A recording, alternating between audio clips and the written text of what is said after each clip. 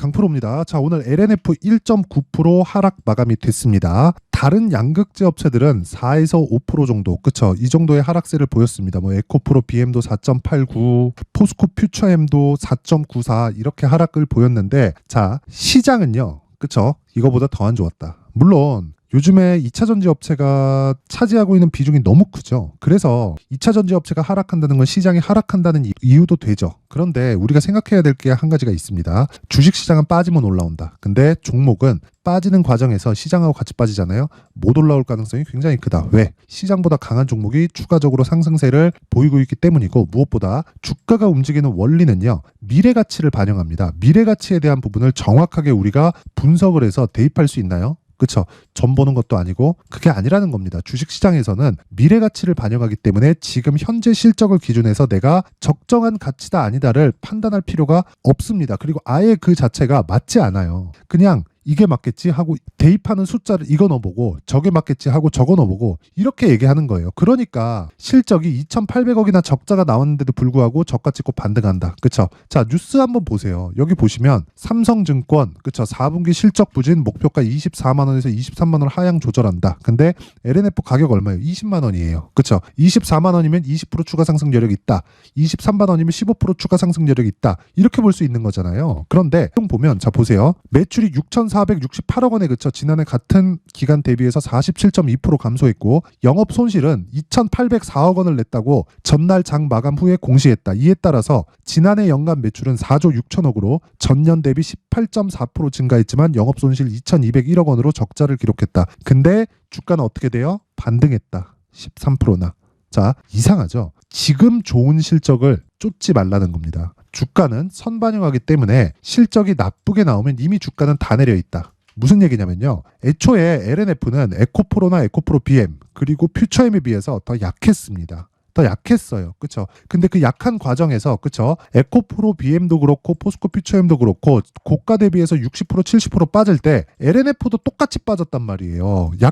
약한 상태에 있었는데, 근데 그 상황에서 가격적인 우위를 차지할 수밖에 없죠. 근데 최종적으로는 에코프로 BM 쪽으로 가야 되는 게 맞습니다. 2차 전지 포트폴리오를 꾸려봐라. 그러면 어떻게 꾸려야 되는 줄 아세요? 지금은 LNF와 에코프로 머티리얼즈, 그리고 앞으로는 에코프로 BM과, 그쵸? 그리고 에코프로 머티리얼즈. 그쵸? 하지만 에코프로 BM을 토대로 에코프로 머티리얼즈가 움직이기 때문에 에코프로 BM이 올라가기 시작하면 에코프로 머티리얼즈가 추가적으로 상승을 하지만 최종적으로는 에코프로 BM이 끝날 때까지 에코프로 머티리얼즈가 오르지 못할 가능성이 있습니다. 그렇죠? 그래서 그 구간에 대한 가격 전략이 가장 중요한 거지, 여기서 막 적정 주가를 찾고 선반영된 시점을 어떻게 찾고 이런 게 중요한 게 아니라는 겁니다. 그래서 결과적으로는 보면 주도주를 매매해야 되는 게 핵심 사항이다. 주도주는 시장 대비 강한 종목이다. 그리고 LNF는 지금 단기간에 봤을 때 1월 달만 봤을 때 시장 대비해서 훨씬 강하다. 그리고 에코프로 BM 같은 경우에도 오늘 4.89%가 빠졌지만 1월 달의 등락폭을 보면요, 그쵸? 시장 대비해서 훨씬 강한 움직임을 보이고 있다는 걸 볼 수 있습니다. 월봉으로 볼게요. 자, 보세요. 1.47%밖에 빠지지 않았습니다. 이게 LNF의 주가고요. 에코프로 BM을 보면, 자, 2%밖에 빠지지 않았습니다. 그럼 결과적으로 같다는 거죠. 변동성을 기준해서 에코프로 BM이 작살이 나잖아요. 그럼 LNF도 똑같이 작살이 날 겁니다. 그런데 에코프로 BM이 이제 추가적으로 하락할 수 있는 상황이 벌어지지 않아요. 그쵸? 왜? 시장은 빠져서 가격 부담이 없어졌고 에코프로 BM도 26만 원을 이탈하기 위해서는, 그쵸? 실적이 어느 정도까지 나와야 될까요? 일단 실적이 안 좋은 건 확정. 왜? 리튬 가격 때문에. 근데 진짜 그냥 말도 안 되는 실적이 나와야 될 겁니다. 뭐 그냥 뭐 적자로 막 1조 원씩 막 이런 적자가 나와야 될 거예요. 근데 그게 4분기 실적으로 가능해요? 불가능합니다. 왜? 지금까지 예상되어 있었던 성장성을 훼손시킬 수 있는 정도의 실적이 나와야 지금 26만 원을 깨고 내려갈 수 있는 거예요. 그때 되면 코스피 코스닥 다 작살 나겠죠. 왜? 에코프로 BM 빠져, LNF 빠져, 포스코 퓨처엠 빠져. 그러면 포스코 홀딩스 빠질 거고요. 에코프로 빠질 거고요. 2차 전지 관련된 거 다 빠질 텐데, 그러면 당연히 무슨 일이 벌어지겠어요? 코스피 코스닥 다 작살 나는 거지. 그렇죠? 그래서 지금 에코프로 BM이 하락할 수 있는 최대폭을 다 채웠다. 그런 과정에서 LNF가 당연히 바닥을 딛고 갈 수밖에 없는 거다. 2,800억 적자는 악재가 소멸되는 이유입니다. P입니다. 그쵸? 자, 그래서 지금 중요한 건 주도주를 잡고, 그쵸? 가격대를 정확히 잡자. 그래서 다른 주도주가 어떤 종목으로 이루어져 있는지 그 내용에 대해서 확인을 한번 해보도록 하겠습니다. 자, 여기 강프로의 무료 소통방이고 어떤 식으로 주도주를 잡고 있느냐? 그쵸? 신고가 매매만 진행한다. 그쵸? 이게 특징점 하나. 그리고 특징점 두 번째는 무료로 진행한다. 그쵸? 왜 무료로 진행할까요? 채널 성장의 목적이기 때문에 그렇습니다. 그래서 구독과 좋아요 꼭 한 번씩 부탁드리고요. 자, 종목 한번 보겠습니다. 자, 내용 보면 1월 17일 시장가 매수 오전 8시 50분. 그쵸? 정확히 진행된 내용이 있고요. 그리고 시장가로 주문을 넣는데 8시 50분 장 시작 전에 넣는다는 건 시가에 그냥 때려 사겠다는 이야기입니다. 자, 그래서 내용 보면 대한해운. 자, 내용 보세요. 오늘 17% 상승 마감, 시가 대비해서 10% 정도의 수익 구간에서 마감이 됐습니다. 이유 다 아시죠? 후티 반군, 그쵸? 그럼으로 인해서 물동량이 굉장히, 그쵸? 운임 자체가 폭등할 수 있다. 그런 내용입니다. 근데 왜 그 전에 신고가를 만들어 놨냐고요? 대장 어디예요? 흥하해운. 그쵸? 오늘 대한해운으로 10% 수익을 냈습니다. 그런데 여기서 진행하는 모든 종목은 스윙으로 진행하고 하락하면 매도합니다. 뭐 기대감을 갖고 이딴 짓 안 합니다. 하락하면 그냥 매도하고 치운다. 그러면 그 하락하는 구간에서 어떻게 제가 흥하해운을 공략했는지 보겠습니다. 1월 12일, 그쵸? 롯데정보통신 흥하해운, 그쵸? 정확하게 진행된 내용이 있고, 이때 제가 내용이 터졌을 때 애초에 그냥 신고가 만들어 놨잖아요. 그쵸? 돌파하는 구간은 어떻게, 당연히 매수해야지. 그래갖고 어떻게 됐어요? 이날 상한가, 1월 12일 날 상한가 하루에 10% 정도의 수익 마감. 그쵸? 그리고 그 다음날 14% 상승. 그리고 그 다음날 10% 뭐가 됐습니까? 빠졌어요. 매도. 2박 3일 보유 10% 수익 정도에서 그냥 컷. 그리고 나서 다음날 뭐 했어요? 제가 대한해운 매수. 그쵸? 대한해운 아까 봤죠? 뭐였어요? 신고가. 그쵸? 거기서 돌파. 하루에 10% 이상 수익 구간 마감. 그쵸? 자, 길게 얘기 드리지 않겠습니다. 롯데정보통신 저 보세요. 시장이 급락하는 과정에서도 주도주는 있다. 자, 원래 1월 10일 날 공략을 했어야 되는데 제가 다른 신고가 매매를 하느라 롯데정보통신은 1월 10일 날 못했습니다. 그래서 하루 더 보고 요날 매수가 처음 들어간 거예요. 1월 12일. 그쵸? 1월 12일. 그쵸? 정확하게 1월 12일. 그쵸? 8시 49분. 이렇게 진행이 된 거고, 자, 시가 보세요. 39,500원. 오늘 종가 얼마예요? 43,200원. 어때요? 하락했죠? 매도 컷. 그쵸? 이틀 동안 첫날 5% 이상 수익, 그 다음날 보합권, 그리고 그 다음날 5.9%, 오늘 1% 하락 매도. 그쵸? 그러면 이걸 이때만 공략한 게 아니라 제가 한 번 더 삽니다. 자, 보세요. 1월 16일 롯데정보통신. 그쵸? 이게 어제예요, 어제. 그쵸? 두 번 매수해서 한 번 매수할 때마다 10% 비중씩. 1월 15일 동방. 자, 이런 상황이 왜 벌어질까요? 그쵸? 정확하게 시가에서 공략 2,650원 상한가 마감. 자, 다시 말씀드리겠습니다. 주식시장에서는요, 철저하게 가격 우선해서 시세가 만들어집니다. 그래서 가격에 대해서 내가 이해를 하고 있지 못하면 정말 매매가 어려워집니다. 그건 어떤 종목이든지 다 동일합니다. 그래서 내가 신고가에 대해서 이해를 하지 못하고 주도주를 못 잡겠다, 자꾸 올라가는 거 따라가서 손절하고 있다 하시는 분들은요, 이번 기회에 소통방으로 들어오세요. 제가 긴 이야기 드리지 않겠습니다. 무조건 나만의 수익 모델을 만들어야 되고, 그건 신고가 매매에 대한 이해가 반드시 필요합니다. 그쵸? 그래서 이번 기회에 반드시 들어오시고요. 돈 안 받아요. 그쵸? 돈 안 받고 무료로 진행을 하지만 채널 성장을 위해서 구독과 좋아요 꼭 좀 부탁드리고요. 상단에 있는 전화번호로 참여, 자, 참여라고 문자를 보내주시면 제가 소통방 입장 링크를 순차적으로 공유를 해드리도록 하겠습니다. 자, 그리고 신년 이벤트 하나 더 나갑니다. 제가 계속해서 신고가에 대해서 강조를 드렸었죠. 자, 그래서 여기 신고가 검색기, 그쵸? 이런 동방, 그리고 흥하해운, 그리고 뭐 롯데정보통신, 이런 종목들을 지속적으로 추적 관찰을 할 수 있는 신고가 검색기, 그리고 이런 식으로 가격을 잡을 수 있는 여기 수익 모델에 대한 내용까지 함께 준비를 해놨는데, 이것도 채널 성장을 위해서 구독과 좋아요 꼭 좀 부탁드리고요. 돈은 안 받습니다. 상단에 있는 전화번호로 참여, 자, 참여라고 문자를 보내주시면 제가 소통방 입장 링크와 함께 여기 신고가 검색기 그리고 수익 모델까지 함께 공유를 해드리도록 하겠습니다. 자, 다시 LNF로 돌아와서 보겠습니다. LNF.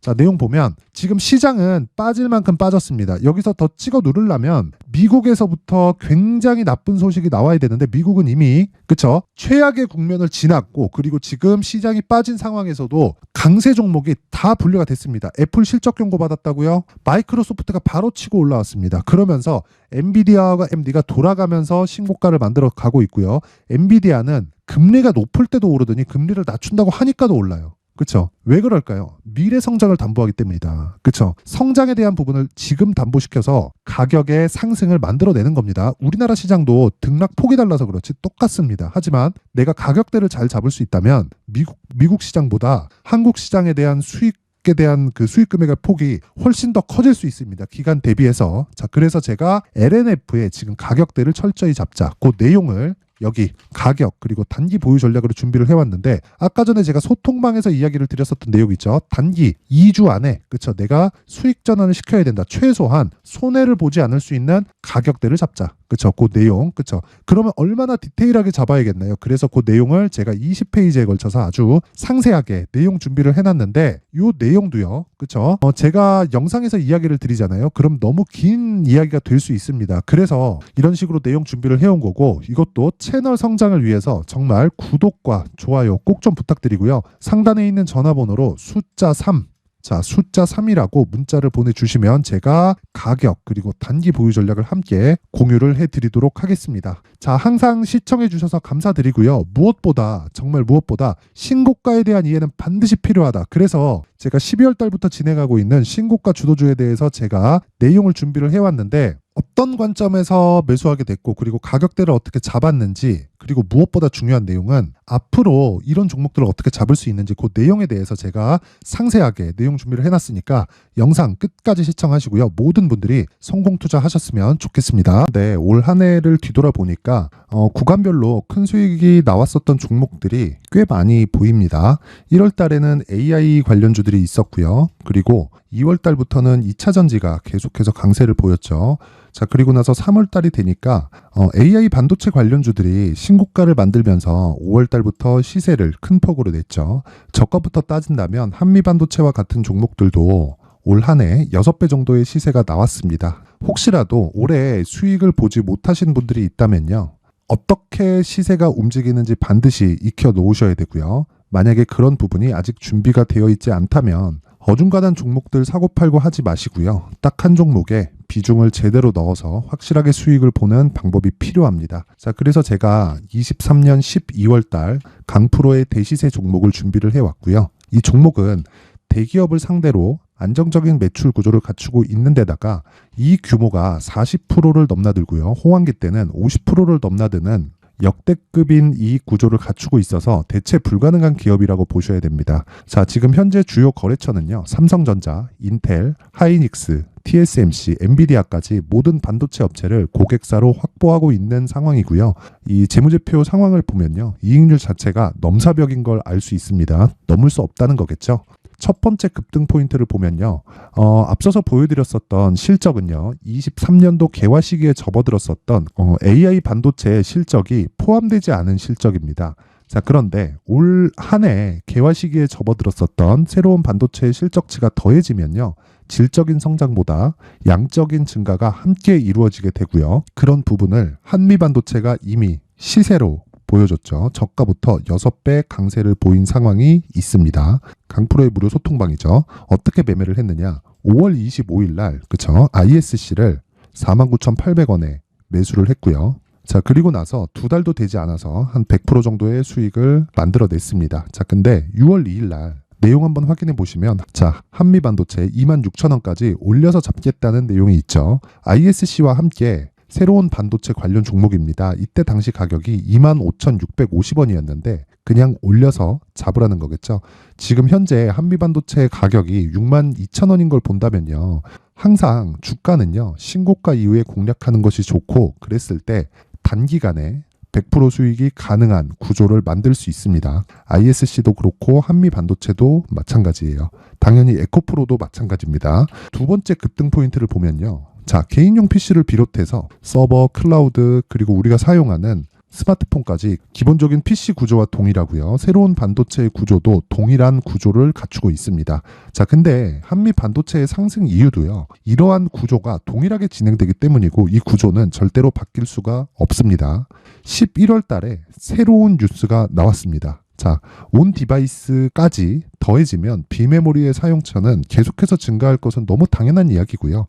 그런 부분을 감안했을 때 이 기업은요, 질적인 부분에 대한 성장이 아니라 양적인 증가까지 이룰 수 있는 상황이 된 겁니다. 한미반도체의 시세를 보면 아직은 굉장히 저렴한 상태를 유지하고 있고요. 세 번째 상황을 보면요, 엔비디아의 실적인데요, 이건 올해 초 대비해서 4배 정도의 상승폭이 나왔고요. 주가도 그 정도가 당연히 올랐죠. 주식 투자를 할 때는 예상하는 게 아니라 확정치를 보고 매매를 해서 수익을 낼 수 있어야 됩니다.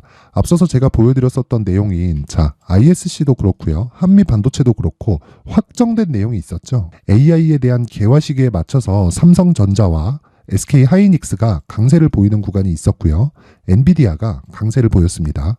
삼성전자도 그렇고 하이닉스도 그렇고 엔비디아도 마찬가지고요. 생각해 보시면 세력들이 어찌할 수 없는 정도의 사이즈를 가지고 있는 그런 종목들이죠. 그렇기 때문에 제가 계속해서 이야기를 드리는 겁니다. 확인하는 데는 확정치가 필요하다고요. 엔비디아 실적만큼 확실한 재료가 있을까요? 엔비디아의 실적의 증가세는요. 앞으로 다가올 AI 반도체의 수요 증가가 있을 수밖에 없다는 거고, 그리고 그에 맞춰서 단가는 폭증하고 있는 상황인 게 엔비디아의 실적을 보면 알 수 있고요. 그리고 삼성전자와 SK 하이닉스로 연결이 되고요. 그래서 한미반도체가 올라온 그런 상황입니다. 한미반도체만큼 추가적으로 상승할 수 있는 종목이 있다는 게 하이닉스를 포함해서 삼성전자의 시세 그리고 엔비디아의 실적을 보면 알 수 있고요. 그래서 준비한 4분기 대시세 종목, 내년 초까지 강세를 보일 수 있는 종목을 준비를 해왔습니다. 어렵게 생각하지 마시고요. 기본적으로 신고가 구간에 있는 종목이기 때문에 하락에 대한 저항성은 충분히 갖춰져 있는 종목이고 이미 시세가 시작이 됐습니다. 무엇보다 중요한 건 얼마에 사는 걸 텐데 제가 그런 부분까지 상세하게 준비를 해놨으니까 영상 상단에 있는 전화번호로 대시세라고 문자를 보내주시는 분들에 한해서만 무료로 공개를 하도록 하겠습니다. 매매하는 과정에서 수익이 잘 안 난다 하시는 분들은 이 종목 딱 받아가서 큰 수익 내셨으면 좋겠습니다.